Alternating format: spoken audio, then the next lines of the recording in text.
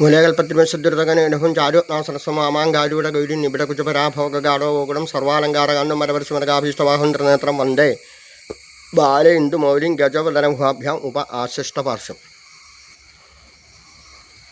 ഇന്നലെ ഏകാദശി, ഇന്ന് ദ്വാദശി. വലരിട്ട പാരണവിന് ശേഷം നാളെ പ്രദോഷം. താണ്ഡവ ശിവ താണ്ഡവം ജയിക്കുമ്പോൾ, മഹാദേവൻ ജയിക്കുമ്പോൾ എവിടെയാണോ വ്യാപി ഹാലാഹലം വിഷം അപക്ഷയം മഹാദേവ കൃപയാ ഭൂതഭാവന. ലോകത്തിലുള്ളതായ ഏതൊക്കെ വിഷാംശങ്ങളോ ഏതൊക്കെ ദുരിതങ്ങളുണ്ടോ അത് മുഴുവൻ സ്വീകരിക്കും മഹാദേവൻ. അതിന് ആരെയുമില്ല. ആരെ എന്ന് അന്വേഷിക്കുന്നതിന് മുമ്പ് ഓടിയെത്തുന്നത് മഹാദേവൻ മാത്രമേ ഉള്ളൂ. അപ്പോൾ പ്രദോഷത്തിന് മഹാദേവന് ധാര കഴിക്കുമ്പോൾ, മഹാദേവന് 36 കൂടം ധാര, ശ്രീരുദ്ര ചങ്ങമാദികളെ കൊണ്ട് ധാര കഴിക്കുമ്പോൾ, ഇളനീര് കൊണ്ട് ധാര കഴിക്കുമ്പോൾ, എണ്ണയാടി ഭഗവാനെ തൃപ്തിപ്പെടുത്തുമ്പോൾ നമ്മളെങ്ങനെയാണ് കുളിക്കുമ്പോൾ എങ്ങനെയാണ്? ഓടി ചെന്നിട്ടും കുളിക്കുകയാണോ? പല്ലൊക്കെ ദന്തധാവന വിധം, ഹസ്തസോന വിധം എന്നൊക്കെ പറഞ്ഞിട്ട് നമുക്ക് എങ്ങനെയാണോ അതുപോലെ തന്നെ മഹാദേവനും ഒരു അല്പം എണ്ണയാടി വെച്ചതിന് ശേഷം, തല തണുപ്പിച്ച ശേഷം പിന്നീട് ധാര, ശ്രീരുദ്ര ചമതാദികളിൽ ധാര കഴിക്കുമ്പോൾ തലപ്പുഞ്ച മഹാദേവ ക്ഷേത്രം ഉണരുകയായി. അപ്പോൾ നമുക്കറിയാം, എരുതിര വരുന്നവർക്ക് തുരുതിര വരുന്ന ധാരാളം ക്ഷേത്രങ്ങൾ, തിങ്ങി നിറഞ്ഞ തിരക്കുകളുള്ള ക്ഷേത്രങ്ങൾ, പക്ഷേ കാമാൻ ക്വയറ്റായിട്ടുള്ളൊരു അന്തരീക്ഷം. അപ്പോൾ വളരെ പ്രകൃതിജന്യമായ മഹാദേവന് കീർത്തനങ്ങൾ പാടുന്നതായ കിളികൾ, മഹാദേവന് കീർത്തനം പാടുന്നതായ മയിൽ, മഹാദേവന് കീർത്തനം പാടുന്നതായ മറ്റ് ജീവികളടക്കം നിലനിൽക്കുന്നതായ ഒരു അപൂർവ ക്ഷേത്രം, 3000 വർഷം പഴക്കമുള്ളതായ അപൂർവ ക്ഷേത്രം. അപ്പോൾ ഹർഷത്തോടുകൂടി സന്തോഷത്തോടുകൂടി തന്നെ വേണം ഭഗവാനെ തൊഴുവാൻ. ഏത് രീതിയിൽ തൊഴുന്നോ അതിൻ്റെ അനുഭവം കിട്ടും. പണ്ടപ്പരപ്പും പരാതിയും പറഞ്ഞ് നിറവിളിച്ചാൽ തൊഴണമെങ്കിൽ അനുഭവം കിട്ടും. വളരെ സന്തോഷമുള്ള, ബി ഹാപ്പി. അപ്പം വളരെ സന്തോഷത്തോടുകൂടി ഭഗവാനെ തൊഴുമ്പോൾ ആ വികാരം കിട്ടും. അപ്പോൾ എന്തെങ്കിലും കാരണവശാൽ ദേഷ്യപ്പെട്ടിട്ട് ഓടിക്കൊണ്ട് മറ്റ് ജീവനക്കാരെ, മറ്റു ആൾക്കാരെയൊക്കെ കുറ്റം പറഞ്ഞുകൊണ്ട് അങ്ങനെയൊക്കെ പറഞ്ഞ് അത് ഇതാണെന്നൊക്കെ പറഞ്ഞ് ദേഷ്യപ്പെട്ടുകൊണ്ട് വന്നു കഴിഞ്ഞാൽ ആ വികാരം തരും. അപ്പോൾ ഏത് വികാരമാണോ ഏറ്റവും വേണ്ടത് ഏതാണെന്ന് വെച്ചാൽ, ഏത് വികാരമാണ് ഏറ്റവും അവസാനത്തെ സാത്വികഭാവങ്ങളിൽ ഏറ്റവും അവസാനത്തെ ഭാവമാണ് ശാന്തഭാവം. അപ്പോൾ നവരസങ്ങളിൽ കഴിഞ്ഞ് കഴിഞ്ഞാൽ പിന്നെ 10ാമതായി വരുന്നതായ ഏറ്റവും ടോപ്പിൽ നിൽക്കുന്ന ഒന്നാണ് ശാന്തഭാവം. അപ്പോൾ ശാന്തം പത്മാസനസ്ഥം എന്നൊക്കെ ധ്യാനങ്ങൾ പറയുന്നുണ്ട്. ശാന്തമായിരിക്കുന്നതായ പത്മാസനത്തിലിരിക്കുന്നതായ. ഇനി പൂർണ്ണത്രയീശനും അങ്ങനെയാണ് ഇരിക്കുന്നത്. കിടക്കുന്നത് ആരാ ഉള്ളത്? കിടക്കുന്നത് പത്മനാഭസ്വാമിയാണ് കിടക്കുന്നതെന്നർത്ഥം. അപ്പോൾ കർക്കിടക മാസത്തിൽ പൂജ കഴിക്കുമ്പോഴും ഭഗവാന്റെ തന്നെ ശരദീപേശയാന ഫണിവരസേനെ പങ്കജം കൽപ്പനയും എങ്ങനെയാണോ ദുർഗാദേവി കിടക്കുന്നത് അതേ രീതിയാണ്. അപ്പോൾ എന്തുകൊണ്ടാണ് എന്ന് ചോദിച്ചാൽ മറുപടി പറയാത്ത ഒരുപാട് ചോദ്യങ്ങളുണ്ട്. കാരണം എന്തിനാണ് ഈ പരാതി പറയണത്? എപ്പോൾ ജനിക്കണം, എപ്പോൾ മരിക്കണം, എങ്ങനെ ജീവിക്കണം എന്ന് തീരുമാനിക്കുന്നത് ഒറ്റ ചൈതന്യമായ ഈശ്വരൻ തന്നെയാണ്.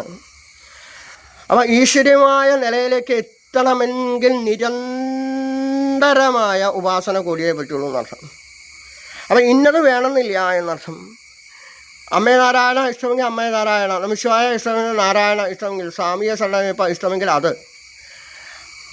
അപ്പോൾ 33 ദേവ ചൈതന്യങ്ങളിൽ പ്രധാനമായിക്കൊണ്ട് തന്നെ നമുക്കറിയാം അത് ദേവഗണങ്ങളാണ് എന്നർത്ഥം. ഈശ്വരഗണങ്ങളല്ല, ഈശ്വര അംശങ്ങൾ മാത്രമേ ഉള്ളൂ 33 എന്ന് പറയുന്നത്. എന്നാൽ പിന്നെ അകത്ത് പ്രതിഷ്ഠിക്കാൻ പാടില്ല. ഇന്ദ്രനെയും യമനെയും അല്ലെങ്കിൽ ഓരോ സ്ഥാനങ്ങളിലും അകത്ത് പ്രതിഷ്ഠിക്കാൻ പാടില്ല. എന്നാൽ പിന്നെ തൂവാൻ എളുപ്പമുണ്ടല്ലോ, മഴയാണ്, ശിവേലി ഉള്ളതാണെങ്കിൽ അകത്ത് തൂവാൻ പാടില്ല. എന്തിനാ പുറത്ത് സ്ഥാനം കൊടുത്തിരിക്കുന്നത്? പുറത്ത് നിൽക്കേണ്ടത് പുറത്ത് നിൽക്കണം, അകത്ത് നിൽക്കേണ്ടത് അകത്ത് നിൽക്കണം.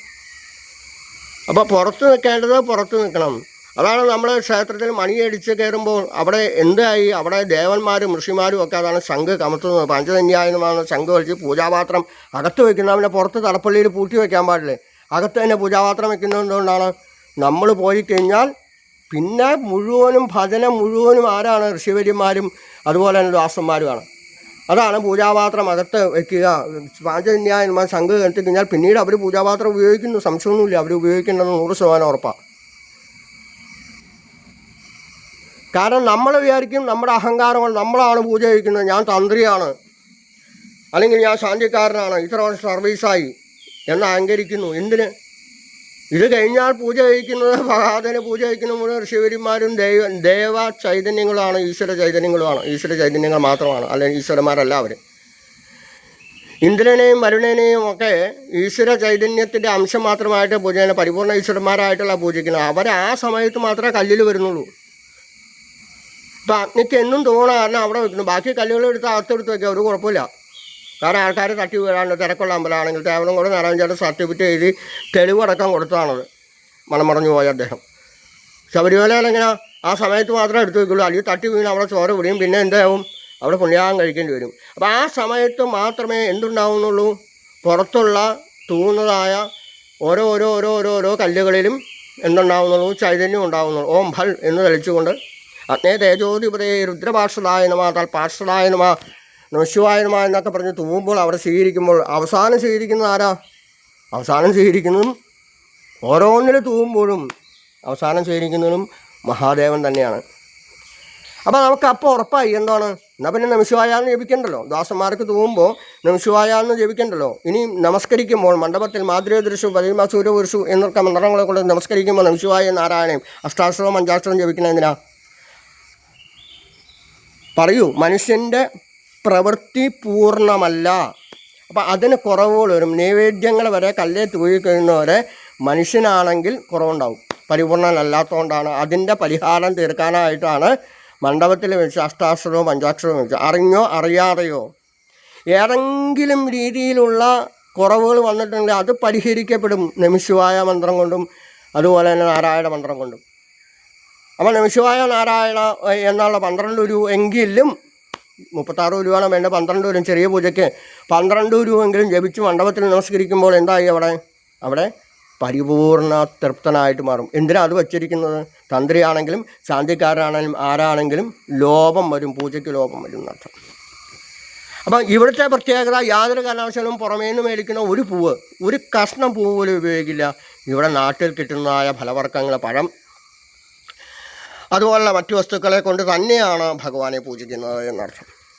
ഇവിടെ ഉണ്ടാകുന്നതായ, ഇവിടുത്തെ ആവാസ വസ്തുക്കൾ ഉണ്ടാകുന്നതായ, ഇവിടുത്തെ വസ്തുക്കൾ ഉണ്ടാകുന്നതായ ഇവിടുത്തെ വസ്തുക്കളെ കൊണ്ട് തന്നെ സമർപ്പിക്കുമ്പോൾ എന്തായിട്ട് വരാം?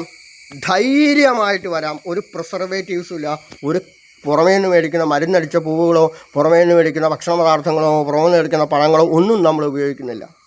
അപ്പോൾ അങ്ങനെ അത്രയും ഒരു നാച്ചുറൽ, പുതിയ പിള്ളേരുടെ ഭാഷ ഒരു പ്രകൃതിദത്തമായ ഒരു ക്ഷേത്രം ഉണ്ടായിട്ടും അതിനെ വേണ്ട രീതിയിൽ മുന്നോട്ട് കൊണ്ടുകിടക്കാൻ, അതിനെ വേണ്ട രീതിയിൽ ഉപാസിക്കാൻ കാണിക്കുന്ന കുറവുകൾ, അത് ഞങ്ങളുടെ ആരും കുറവല്ല, ഒരാളുടെയും കുറവല്ല. അതിൻ്റെ കുറവുകൾ നാട്ടിനും അതുപോലെ ലോകത്തിനും ഇവിടുത്തെ ഭക്തന്മാർക്കുമൊക്കെ ഉണ്ടാവും. കാമ്യകർമ്മത്തിന് വേണ്ടിയിട്ട് മാത്രം വരുന്ന ആൾക്കാരുണ്ട് എല്ലാ ക്ഷേത്രങ്ങളിലും. പെട്ടെന്ന് ഓടി വരും, ഒരു പനി വന്നു, അല്ലെങ്കിൽ ഒരു ജലദോഷം വന്നു, അല്ലെങ്കിൽ ഒരു പേടി കിട്ടി. അങ്ങനെയല്ല വേണ്ടത്. ഒന്നിനും അല്ലാതെ 3 പ്രദക്ഷിണം വെച്ച് തൊഴുവാനുള്ള സൗകര്യം ഉണ്ടായിരിക്കണം. അപ്പോൾ അമ്മയ്ക്ക് വെള്ളം കൊടുക്കാതെ അമ്മായിയമ്മയ്ക്ക് വെള്ളം കൊടുത്തിട്ട് ഒരു കാര്യമില്ല. തൊട്ടടുത്ത ദേവരെ ഉപാസിച്ചോളൂ, അവിടെ എല്ലാം കൊണ്ടുതരും. പണ്ട് കാലത്ത് അങ്ങനെയായിരുന്നു. എത്ര മഴയാണെങ്കിലും ഒരു തുള്ളി വെള്ളം പോലും കുടിച്ചാണ് നിർമ്മാല്യം തൊഴുത് പ്രസാദം മേടിച്ചു കൊണ്ട് ആൾക്കാരുണ്ടായിരുന്നു. ശാന്തിക്കാർക്ക് ചിലപ്പോൾ വിഷമാവില്ല, ഒരു 10 പൈസ അവർ തന്നില്ലോ എന്നൊക്കെ തോന്നും. എനിക്കത് തോന്നിയിട്ടുണ്ട് നിരന്തരം വരുന്നവർ. അപ്പോൾ അവർ കൊണ്ടുവരുന്നത് എന്താണ്? ഒരു കഷ്ണം പൂവ് ഓരോ ഇലയാണ്. അത് ആ പൈസയെക്കാളും വിലയുണ്ടെന്ന് പിന്നീടാണ് എനിക്ക് മനസ്സിലായത്. അപ്പോൾ ഒന്നിനുമല്ലാതെ നടന്ന് ക്ഷേത്രത്തിൽ വന്ന് തൊഴുന്നവർക്ക് ഒരു അസുഖവും ഉണ്ടാവില്ല, 100% ഗ്യാരണ്ടിയാണ്. അപ്പോൾ 100% ഗ്യാരണ്ടി ആണെങ്കിൽ ശരീരത്തിലുണ്ടാകുന്നതായ ഏത് ക്ലേശങ്ങളെയും രാവിലത്തെ വെളുപ്പിന് എഴുന്നേറ്റ് ഉഷസ് ഉത്തായ 3:30 മണിക്ക് എഴുന്നേറ്റിരിക്കണം. എഴുന്നേറ്റ് കുറച്ച് നേരം ഇരുന്നാലും 3:30 മണിക്ക് എഴുന്നേൽക്കണം, ഉഷസ്സിൽ എഴുന്നേൽക്കണം. ഭഗവാനോ ശ്രീകൃഷ്ണൻ എപ്പോഴാണ് എഴുന്നേൽക്കാം? 3:30 മണിക്ക് എഴുന്നേറ്റ് മഹാദേവനെ പൂജിച്ച് ബ്രാഹ്മണർക്ക് ഭക്ഷണം കൊടുത്ത് ദാസന്മാർക്കും ഒക്കെ ഭക്ഷണം കൊടുത്തിരുന്നു. അപ്പോൾ ഈശ്വരന്മാർ പോലും 3:30 മണിക്ക് എഴുന്നേൽക്കും. നമുക്കെന്തിനായി രാവിലെ 7 മണിയോടെ കടന്നുറങ്ങേണ്ട ആവശ്യമുണ്ടോ? സൂര്യോദയത്തിന് ശേഷം കടന്നുറങ്ങിയാൽ ഉറപ്പാണ് പിത്തം വരുന്നു, 100% ഉറപ്പാണ്. അപ്പോൾ ഉദയത്തിന് മുമ്പായിക്കൊണ്ട് തന്നെ ഉണർന്ന് എല്ലാ വീടുകളും ക്ഷേത്രങ്ങളായിത്തീരട്ടെ, എല്ലാ മനുഷ്യരും ഈശ്വരരായിത്തീരട്ടെ എന്ന് പ്രാർത്ഥിക്കുന്നു. എല്ലാവർക്കും നന്മ ഉണ്ടാവട്ടെ എന്ന് പ്രാർത്ഥിക്കുമ്പോൾ ആരുടെയും കഴിവല്ല, ആത്മാനബുദ്ധര വേണമെങ്കിൽ അവനോനെ തന്നെ ഉയർത്തിക്കൊള്ളുക. നമഃ ശിവായ പാർവതീശ പാപനാശനാഹരേ.